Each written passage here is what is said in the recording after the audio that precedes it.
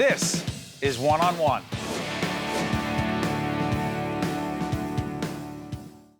We are pleased to welcome Marilu Henner and Michael Brown, the authors of Changing Normal, How I Helped My Husband Beat Cancer. I want to thank both of you for joining us. Thank you so much. This book is a fascinating book. It's not just about being healthy. It's not just about beating cancer. It's about your extraordinary relationship. Why'd you write it together? We thought we'd test our relationship. See if we could actually do Curing something cancer together. was easier Yeah. than writing the book Yeah. together. You know, Michael and I have a really long history. We were college first meet? freshmen at the, I'm sorry, what? College freshman. At the University of Chicago. He was my dorm mate's boyfriend, later my roommate's boyfriend. I didn't dare twinkle in his direction, even though I thought he was this great guy, you know, because of the girlfriend code. Also, I was way too straight for Michael. He was a wild man in college. And so when they broke up second year, we just waved across campus. And, you know, but we always liked each other. Ran into each other in a courthouse in New Orleans when I was marrying my first husband. And didn't see each other then for 22 years. 13 years ago, he called me out of nowhere. We went out. It was unbelievable love. The first week, we're going to spend the rest of our lives together. This is like an extraordinary thing. And 2 months into our relationship, he's diagnosed with bladder cancer, stage 2-3 bladder cancer. And subsequently, a month and a half later, lung cancer. So I have been in the health field for a while. I've written several books, and I've been a real, you know, I'm very passionate about health since my parents both died in their 50s. And I knew that I knew great doctors. I'm called the doctor concierge by a lot of my friends. And I knew I wanted to take Michael to my doctors. But I thought, well, let's go see some of the more conventional, what a more conventional doctor would recommend. So that's what we talk about in the opening chapter, the introduction chapter, which is called This Is Your Lucky Day. Because the doctor actually said, this is your lucky day. I have a cancellation on Wednesday. We're going to go in. We're going to take out the bladder. We're going to take out the prostate. We're going to pull down a piece of your intestines and make a neobladder. And don't worry if the two of you want to have sex, because we're going to run a small hose up his penis and you just pump it up 6 times. That's your lucky day? That's your lucky day. And I said, oh, can we have the 7-pump model? Because we're a sexy couple. And I said, what about nutrition, health, detox? He went, oh, go have all the steak and highballs you want. Then we're going to do chemo and radiation and blah, blah, blah. And so Michael in the parking lot, he said, I'm not losing my bladder. And I said, okay, we're going to go to my doctors and let's see what they do. And of course, they're great integrative East-West medicine doctors, full-on AMA doctors who also bring in some of the complementary medicines from other, you know, modalities. And they put a protocol together for him. And happy to say, 2 cancers, bladder cancer and lung cancer, he's now in remission 12 and a half years. So that's why we wrote the book. And your version matches this one, doesn't it? To the letter. To the letter. I mean, one thing you have to know about this doctor, he didn't examine me at all. He just glanced at my chart, and then he's ready to cut everything out without a second thought. I mean, I don't think I was going to even get examined until I was laying on the table getting ready to be cut up. So, scary stuff. Yeah. You know, how fortuitous is a ridiculous word. The idea that you are together while this is happening, and she's the leader of the effort, or she's leading the effort. What are you thinking? What am I thinking? You might have done, I don't know if you wouldn't have done the same thing, but she has had an amazing impact on this. Oh, absolutely. Experience. No, actually, the last chapter in the book is called the What If Scenario, and that is the what if I hadn't been with Marilu, what would have happened? A very realistic take on it, which basically would have been, I would have had my bladder and prostate removed. Maybe I would have done immunotherapy first. It would have failed. Then I would have had the bladder and prostate removed. Then I would have been sickened by that. I would have gone a couple of years. Then I would have started coughing blood because by then my lung cancer would have grown to the point, and I probably would have been dead, 10 years ago or so.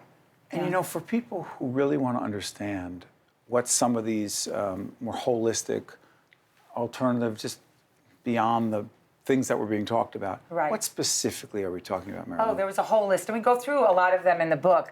You know, whether it was nutritionally, because that's a big passion of mine. I always call it learn to love the food that loves you. Right. Because if you have a meal and you're bloaty and you're gassy and you're sick and you're tired and you have to undo your belt and you don't go to the bathroom for a couple days. I'm and talking to me directly. I know, I'm looking right at you. No, but it's true. Most people think that that's a meal. And if they don't feel like that, then they haven't eaten. Right. And so, you know, that's like the normal. So that's the book's called Changing Normal because you change that. You know, manage your stress differently. Hydrate yourself. That's a big one because Water. people, oh my gosh, it's crazy how much soda and coffee and all the other things that people drink all the time.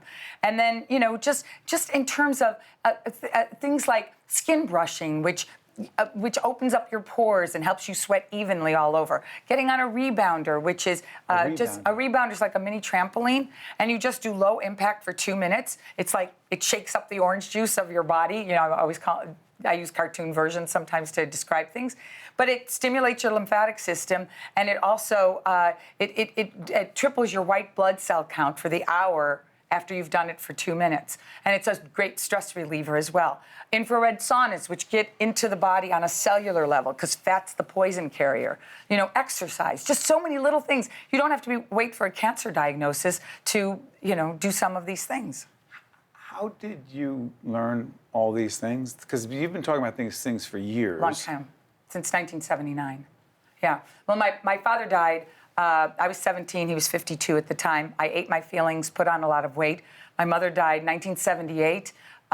She was 58 years old. Swall Taxi was happening? She died 3 weeks before I got Taxi. Right before, yeah.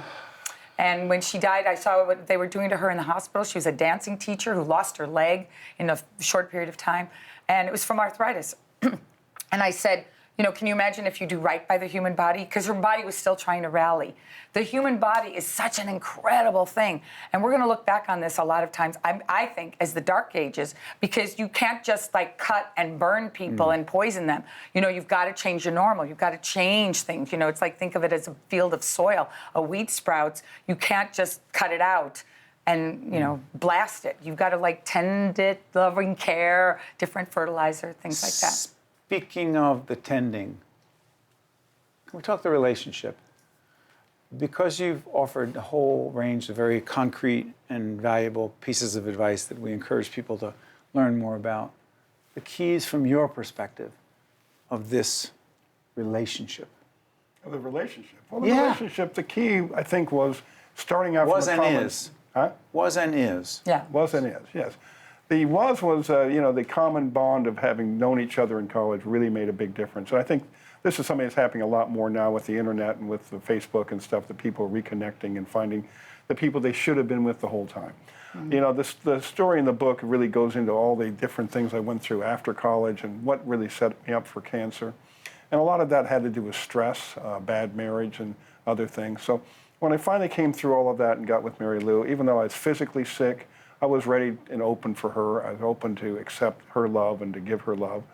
And that really helped to set the bond. And then going through this, which really happened quite quickly, we went from the diagnosis of bladder cancer to the all clear on the lung cancer in 6 months. And from there, you know, of course, gratitude comes into it, but also love with her family, love with her children, who I helped raise. Oh, yeah. And the bond is just really strong. But for couples right now watching you,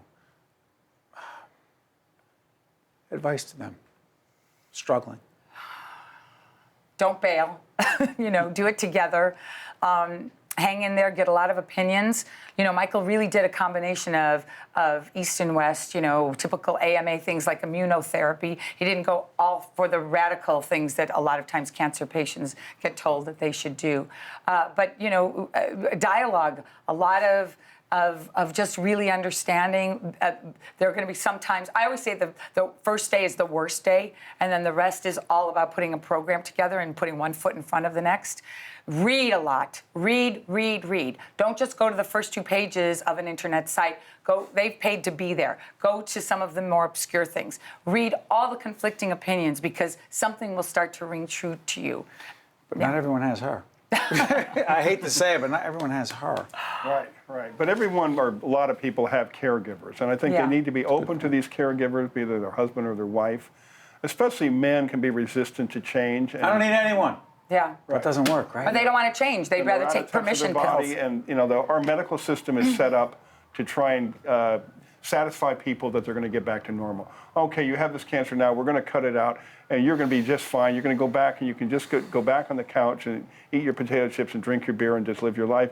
And of course, that's not true. And so we have to get away from that. We have to get people to think more deeply about this and embrace the change that they need to make. Yeah. You have just helped a lot of people on public television. I know you also joined us on our on Metro Focus, and you continue to help people. Changing Normal, How I Helped My Husband Beat Cancer. You just helped a lot of other folks. Thank you so much. Thank you. Thank you. Appreciate it. Thanks. One-on-One with Steve Adubato has been a production of the Caucus Educational Corporation, celebrating over 25 years of broadcast excellence. This special edition of One-on-One with Steve Adubato is brought to you from the Tisch WNET studios at Lincoln Center. Funding has been provided by Virtua, Wells Fargo, Caldwell University, the New Jersey Education Association, Suez, Johnson & Johnson, and by Kessler Foundation. Transportation provided by Airbrook Limousine, serving the metropolitan New York, New Jersey area.